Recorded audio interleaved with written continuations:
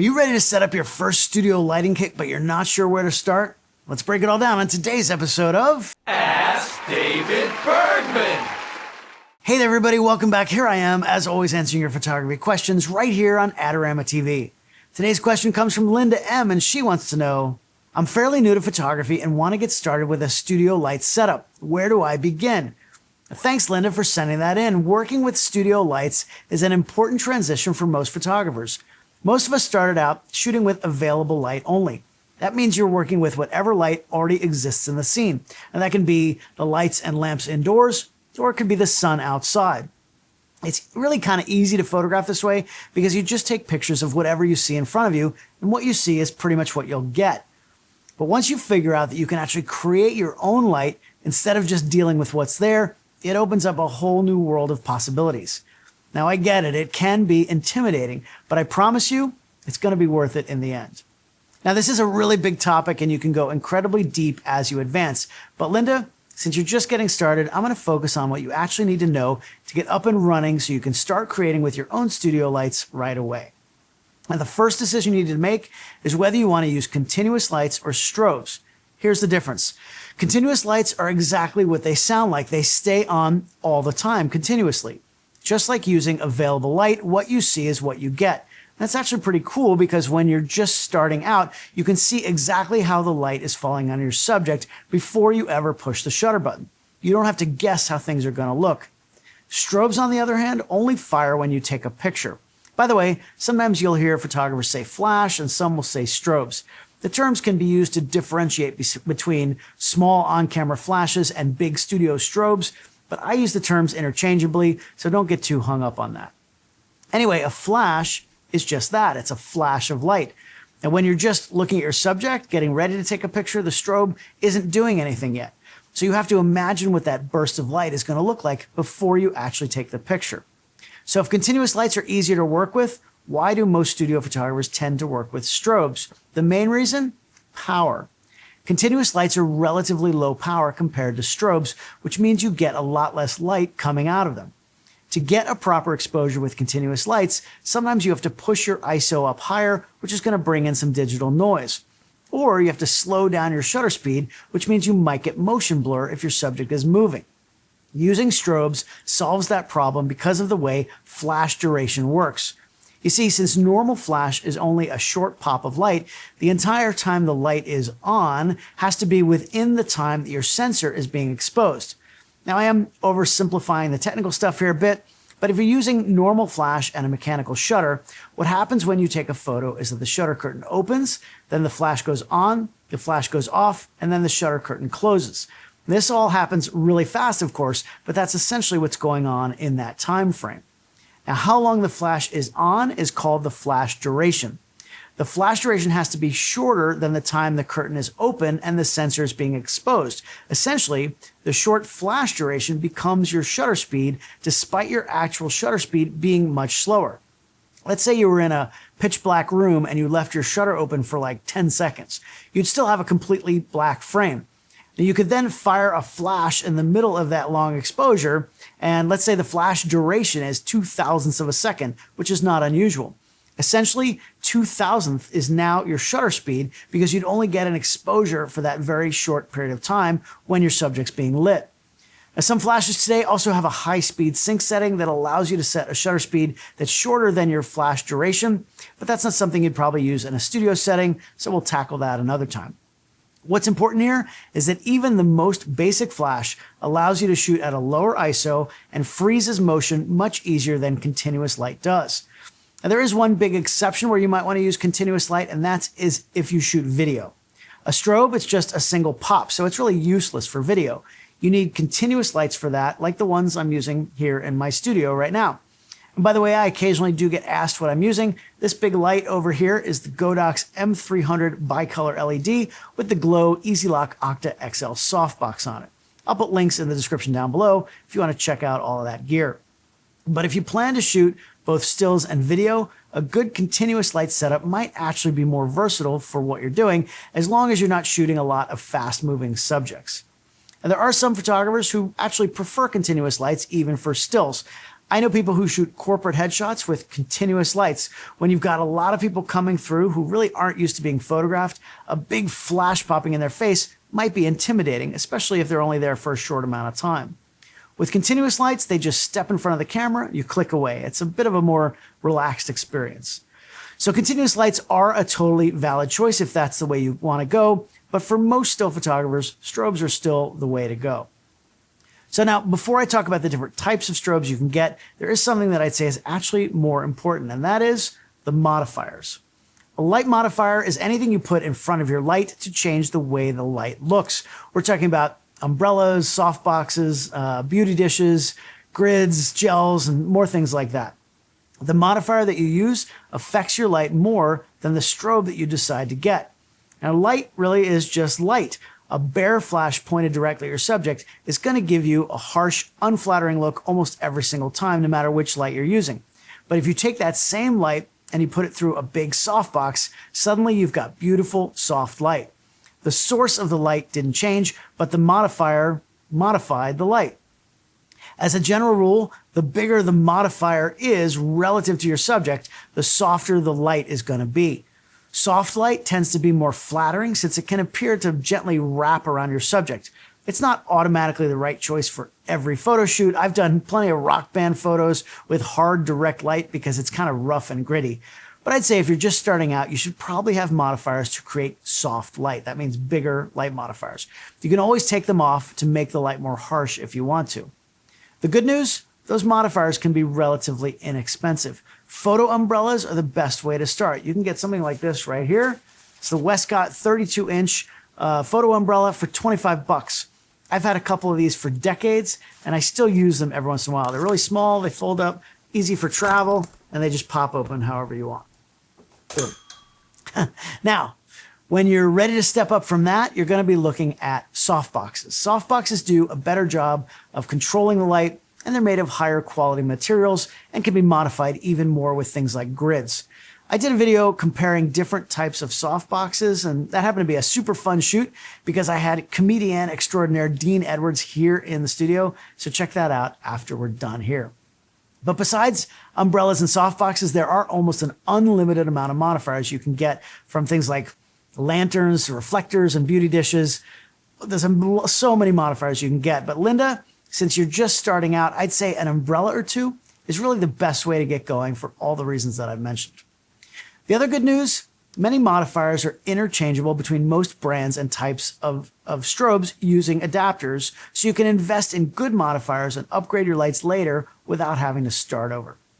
Okay, so with that out of the way, now let's talk about the actual lights. The first thing you're going to see when you're shopping for strobes is a number followed by WS, which stands for watt seconds. That's the unit used to measure the power output of a strobe. However, here's the thing. Watt seconds are a useful general guide, but they're really not a perfect measure of how much light you're actually going to get. Two strobes rated at the same watt seconds from different manufacturers can produce noticeably different amounts of light. A more accurate measure is something called a guide number, but that's really a whole different conversation. For now, just think of watt seconds as a rough indicator of power. Higher numbers generally mean more light. So let's walk through the options from the most portable and affordable all the way up to the big guns. The most portable option you've got is this right here, Speedlite. These are the small flashes that you mount on top of your camera in the hot shoe. Most major manufacturers make them, Canon, Sony, Nikon. They make them for their own systems only. There are also third-party options like Westcott and Godox that are worth checking out as well if you want to go that direction.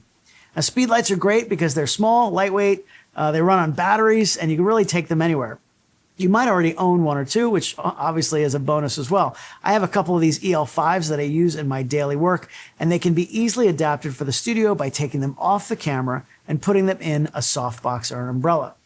Speedlights are a great way to go when you're just starting out. All you need to add is some way for the camera to communicate with the flash.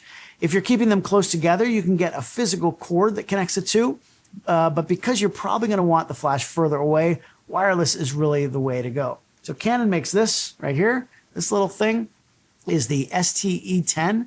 This goes on the hot shoe of your camera and is powered by the camera, so it doesn't even need its own batteries.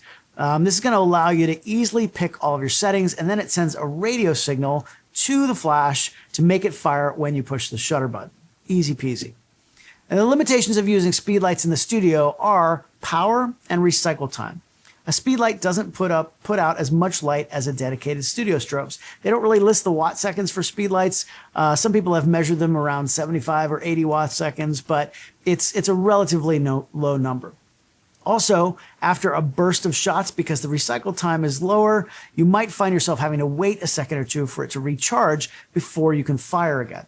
If you're shooting at lower power settings, that's less of an issue, but it is something to be aware of.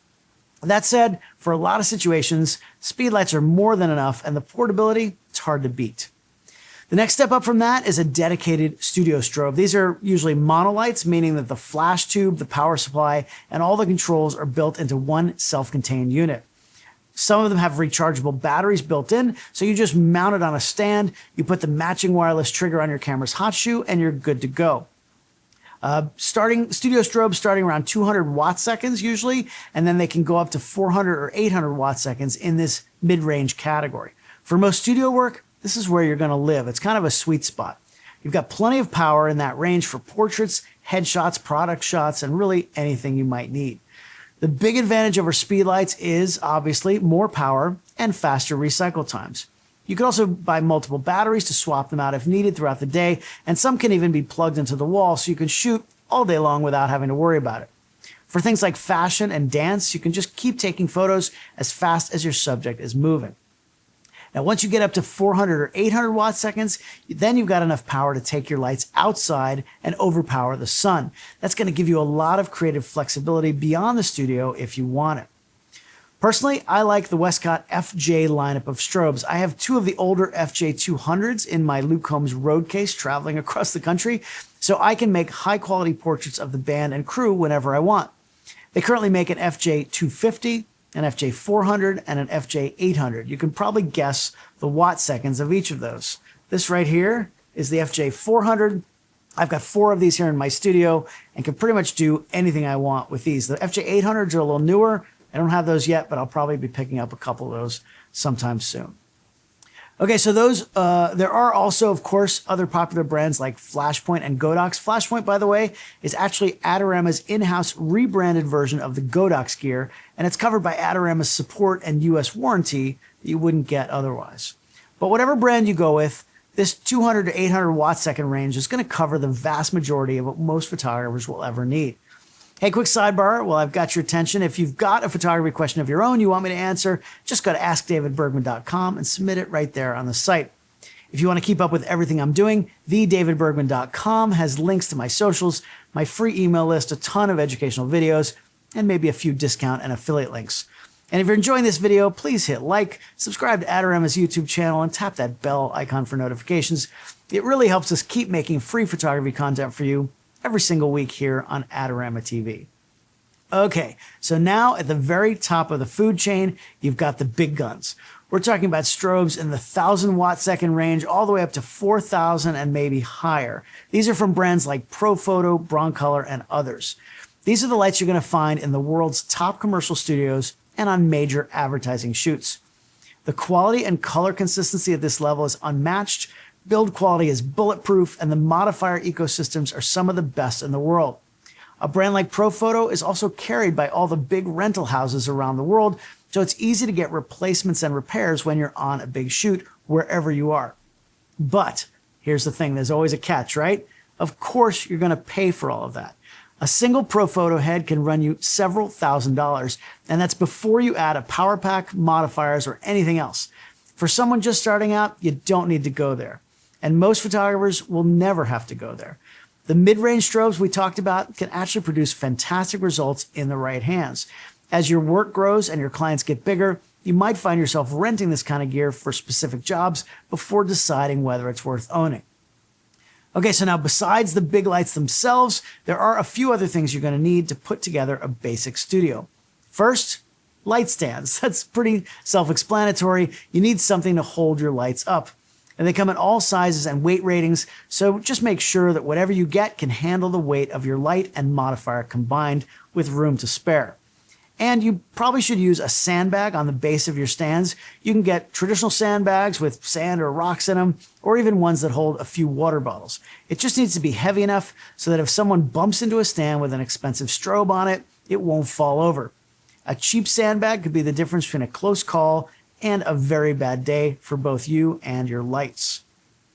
Now next, I already mentioned the wireless trigger, but you do need some way to fire your flashes remotely. Most strobes in that mid-range category come with their own trigger, or they have one available from the same brand. Just make sure that whatever you get is compatible with your camera. You also might need some adapters for your light modifiers. There are different types, but you need some way to attach the modifier either to the stand or to the flash. If you're using a Speedlite and a photo umbrella, pick yourself up an umbrella adapter like this one right here. Flashpoint makes these. A bunch of companies make these as well. Just get one that has either a cold shoe that comes with a cold shoe already on the top, or you can buy one separately. What you do is you put this setup right on your light stand and allows you to mount your Speedlite on top, and then you put the umbrella pole right through the middle there. This whole thing is an important little device that keeps everything put together for you. One more thing to think about in a studio is your background. It depends on what you're shooting, of course, but background paper is a relatively easy way to get different looks and colors behind your subject. You can get a complete background system from Flashpoint for just over $100 and then get just Savage background paper in the matching width. White, gray, and black are usually the most versatile options when you're just starting out, but you can get any number of wild colors to experiment with. And then when you step up, you can get something like this. This is a muslin background. There's all kinds of different hand-painted things. Some people paint their own. You can really get creative with backgrounds once you start playing around. So with all that, how many lights do you actually need to get started? Personally, I feel it's important to start with just one light, especially if you're not doing paid jobs right away. I know it sounds limiting, but when you're first learning, a single light teaches you so much about how light behaves. You can experiment with angles, distance, and modifiers. If you start with a bunch of lights, you set them all up and fire them all off at the same time, and your photos don't look how you want them to, it can actually be challenging to troubleshoot. You really have no idea what's causing the problems, and it's hard to figure out. Mastering one light gives you a foundation that makes everything else easier after that point. Once you're comfortable with that, two lights opens up some possibilities. A second light can fill in the shadows created by your main light, or it can be used to separate your subject from the background as a hair light or a rim light. Then you might step into a classic 3-light portrait, which adds a dedicated background light. That gives you control over how bright or dark your background looks and whether it has any color or gradient. And if you want to light the background more evenly or add colored gels, you might find yourself reaching for a 4th or even a 5th light. You can see how this grows very quickly, but don't let that overwhelm you. Start with one light and one modifier. Learn it inside and out and build from there. Some of the most beautiful portraits ever made were lit with one single light source. So Linda, I hope that gives you a roadmap for getting started with studio lighting. It can feel like a lot at first, but just take it one step at a time and build up as you want. Being able to add your own light instead of just using what's there opens up so many creative possibilities. You're only limited by your imagination. So what do you all think? Are you just getting started with studio lights, or have you been using them for years? What was the first light you ever bought, and how did that go? Let me know down in the comments below. And if you want to go deeper into the technical side of flash power, I did a video about watt seconds versus guide numbers and why it matters. Check that out by clicking the link on the screen.